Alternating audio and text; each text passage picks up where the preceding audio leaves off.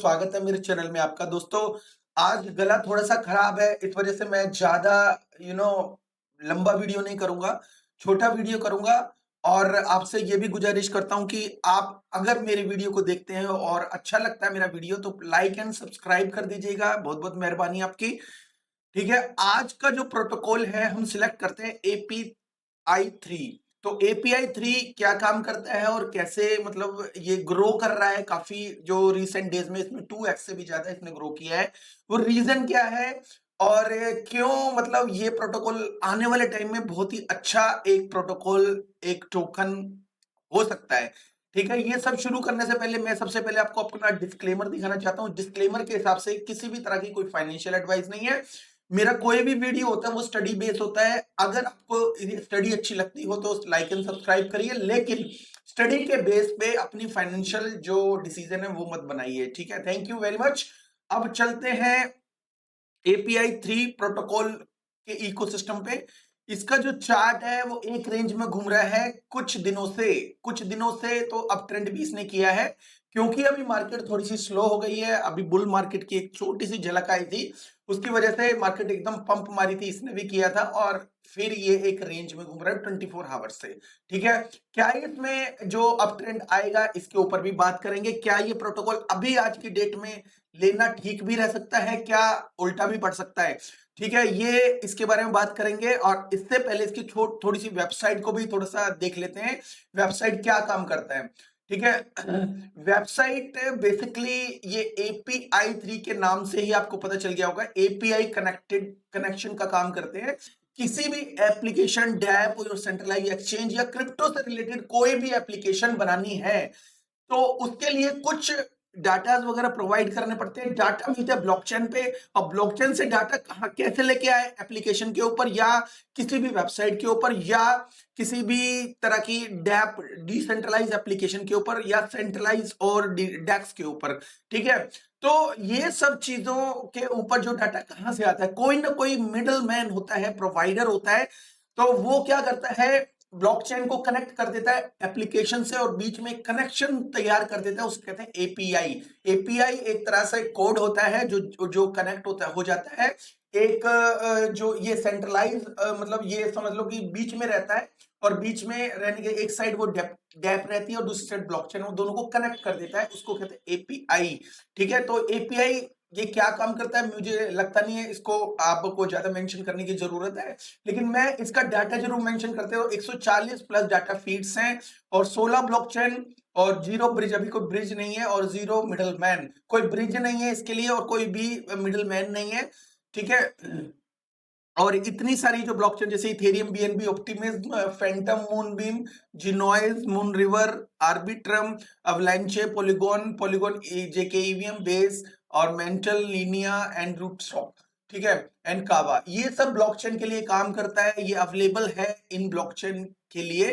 ये डिफरेंट इसलिए है क्योंकि ये जो डाटा को कलेक्ट करने के लिए अपनी एपीआई के लिए किसी थर्ड पार्टी के ऊपर डिपेंड नहीं है। मोस्ट ऑफ द प्रोटोकॉल यहाँ पे है, मतलब इस ब्लॉकचेन इंडस्ट्री में है, अपने आप को जो वेब 3 इकोसिस्टम बोलते हैं, लेकिन वो जो वेब 3 इकोसिस्टम होता है वो थर्ड पार्टी जो होता है उसके ऊपर डिपेंड होते हैं। आपके सामने जो होता है वो फ्रंट पेज होता है, बैकएंड में वो एपीआई कहीं से और से कलेक्ट करके वो प्रोवाइड करते हैं लोगों को।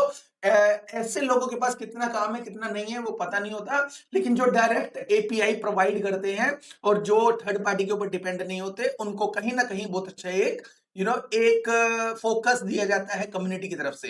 ये डेवलपर्स को ऐसी एक डाटा सर्विस प्रोवाइड करते हैं जिसके डाटा सर्विस लेने के साथ साथ उनको एक ट्रांसपेरेंसी भी मिले और एक्यूरेसी भी मिले। जैसे एक डाटा प्रोवाइडर कंपनी ने डाटा प्रोवाइड किया किसी भी डेवलपर को या किसी भी डैप के अंदर जो भी प्रोवाइड कर दिया, उसमें एक्यूरेसी ही नहीं है। समझ लो कि तो समझ लो कि एक एक्सचेंज के ऊपर एक प्राइस फ्लक्चुएट हो रहा है, एक एक्सचेंज पे तो कुछ और हो रहा है, दूसरी एक्सचेंज पे कुछ और हो रहा है, तीसरी पे कुछ और हो रहा है। तो इसका मतलब कहीं ना कहीं किसी ना किसी जो डेवलपर के पास जो भी डाटा आया था उस टाइम में वो एक्यूरेट नहीं था, जिसकी वजह से अलग अलग एप्लीकेशंस के ऊपर अलग अलग डाटा जो है वो दिखाई दे रहा है।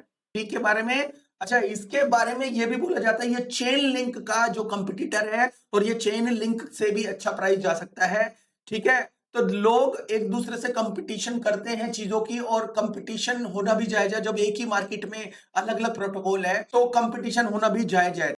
जैसे ये प्रोटोकॉल ने अभी तक बहुत अच्छा परफॉर्मेंस दिया है, इसलिए काफी लोग ये बोलते हैं, काफी एक्सपर्ट ये बोलते हैं कि ये चेन लिंक का भी कंपटीटर है और आने वाले टाइम में ये चेन लिंक को भी पीछे कर देगा। कहीं ना कहीं ये भी बोला जाता है कि ये API 3 अपने आप को जो स्केलेबल बनाने के लिए इतने काम कर रहा है, वहां तक वो चेन लिंक अभी तक नहीं पहुंचा है। सबसे अच्छी बात है, ये API डायरेक्टली प्रोवाइड करता है, थर्ड पार्टी के ऊपर डिपेंड नहीं है, जो इसको एक यूनिक इकोसिस्टम बनाती है।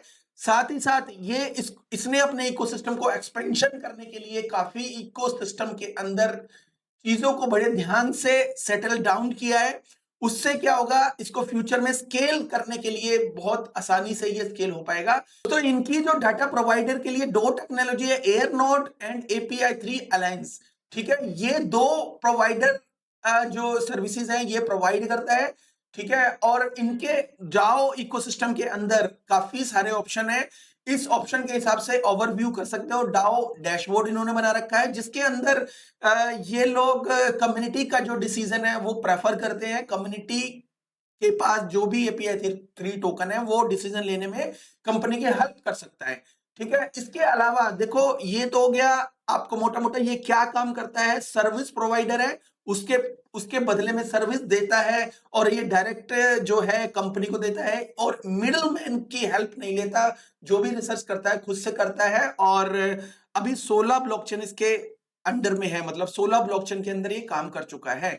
किसी भी तरह का ब्रिज यूज नहीं है, और जीरो मिडलमैन, कोई भी मिडलमैन नहीं है। ये बहुत अच्छी बात है, ये वाली जो मिडलमैन वाली है, क्योंकि काफी सारे जो है क्रिप्टो इंडस्ट्री में टोकन जिनका अच्छा नाम है, एंड ऑफ द डे थोड़ी सी उसमें रिसर्च करते हैं तो कहीं ना कहीं वो मिडिल मैन के साथ काम कर रहे हैं। जो मिडिल मैन के साथ सबसे बड़ी प्रॉब्लम है, जब मिडिल मैन काम करता है तो जो एक्यूरेसी के ऊपर काफी फर्क पड़ता है, और कम्युनिकेशन में भी फर्क पड़ता है। ठीक है, तो ये जो था API का काम था, मैंने आपको बता दिया। सेल बाय करता है या कमीशन जो भी होता है इसका, वो होता है इनकी API 3 की मार्केट से।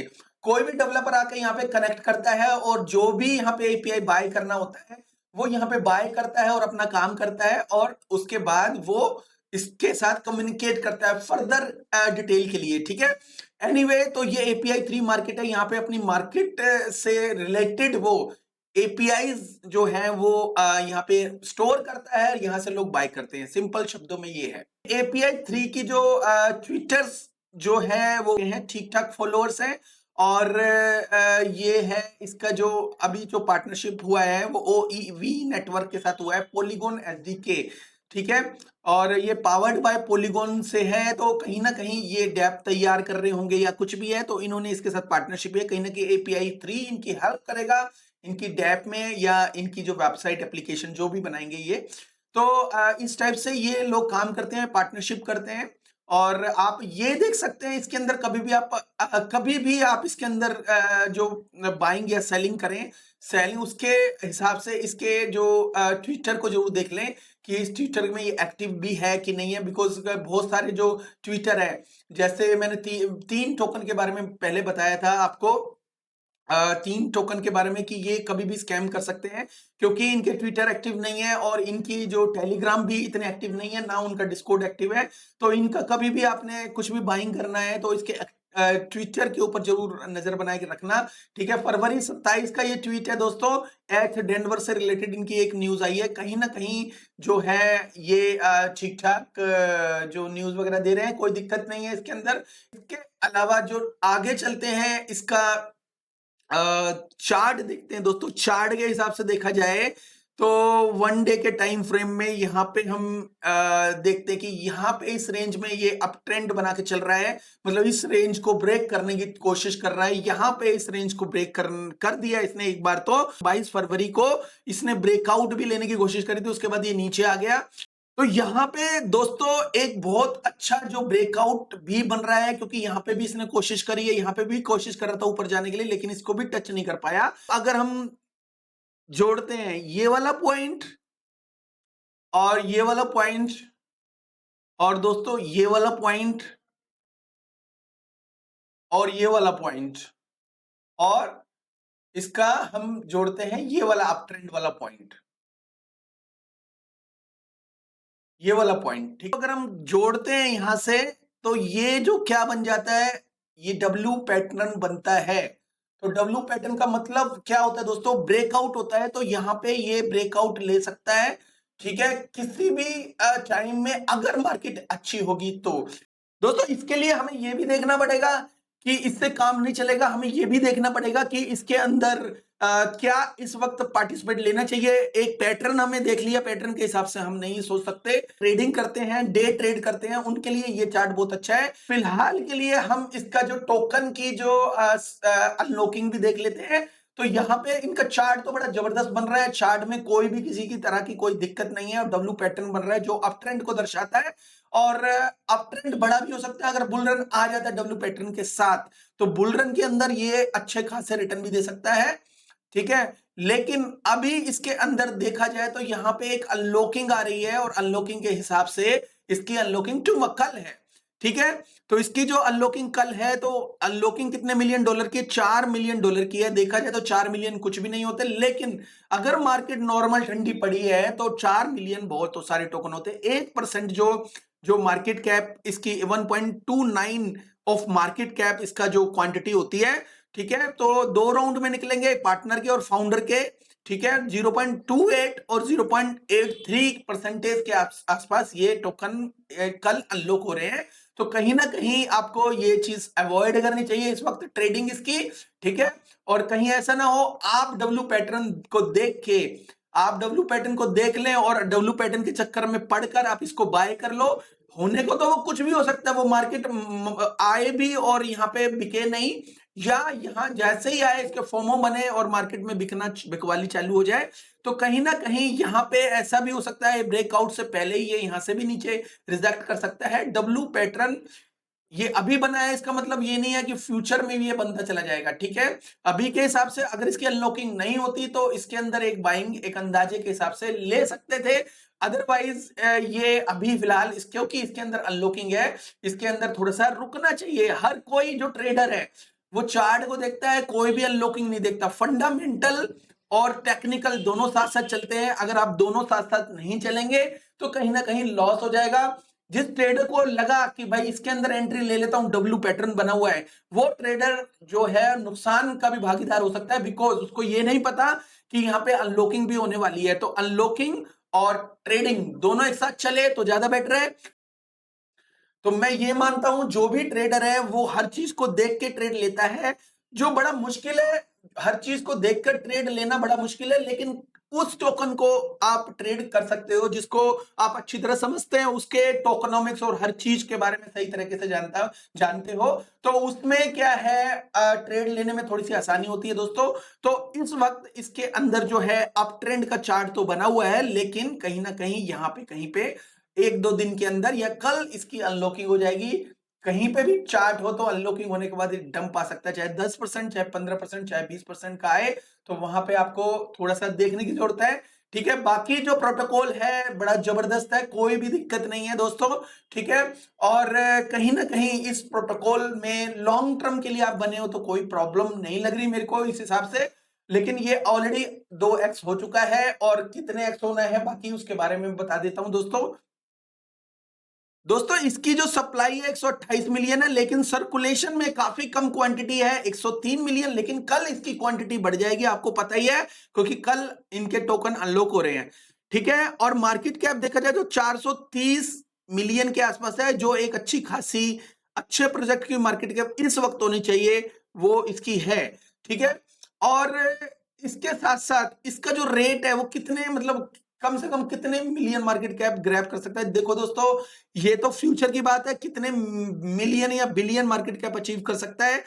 ऑलरेडी 430 मिलियन के आसपास कर चुका है। मेरे हिसाब से मुझे ऐसा लगता है कि 5 बिलियन के आसपास ये मार्केट कैप, या 3 बिलियन या 4 बिलियन से 5 बिलियन के आसपास ये मार्केट कैप अचीव कर सकता है। इसका प्रोटोकॉल सच में अच्छा है जैसा मुझे लग रहा है, ठीक है। अब 3 से 5 या 4 से 5 बिलियन मार्केट कैप अचीव करता है, तो हम ये लेते हैं कि 3 से 5 बिलियन भी नहीं करेगा तो 3 बिलियन भी करेगा, तो यहां से $25 के आसपास ये आराम से हो सकता है।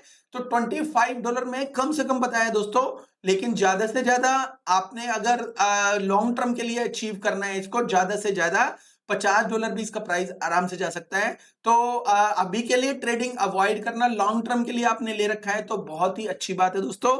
और किसी को भी हमारा प्रीमियम चैनल ज्वाइन करना है तो 2 प्रीमियम चैनल है हमारे, एक तो टेक्निकल है और एक हमारा जो है फंडामेंटल है। तो कोई भी चैनल आपने ज्वाइन करना है तो लिंक में डिस्क्रिप्शन में 2 लिंक दिए गए हैं, किसी भी लिंक पे जाके हमारा प्रीमियम ग्रुप ज्वाइन कर सकते हो। थैंक यू वेरी मच दोस्तों, have a good one, take care and bye bye.